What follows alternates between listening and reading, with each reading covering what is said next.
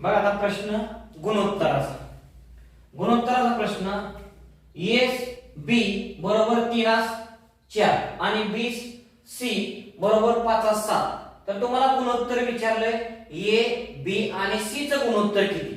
आता हा प्रश्न तुम्हाला शॉर्ट ट्रिक्सने बघा कसा सोडवायचा. या ठिकाणी ए बी आणि सी तुम्हाला जे दिलंय का नाही ते मांडून घ्यायचं. ए आणि बी चं गुणोत्तर तुम्हाला दिलंय या ठिकाणी 3:4. बी आणि सी किती दिलंय 5 आणि 7 म्हणजे 5 आणि 7. तुम्हाला रिकाम्या जागा आहेत ना या रिकाम्या जागा तुम्हाला भरून घ्यायच्या. तर कुठल्या भरायच्या तर त्याच्या शेजारचाच तुम्हाला अंतर घ्यायचा.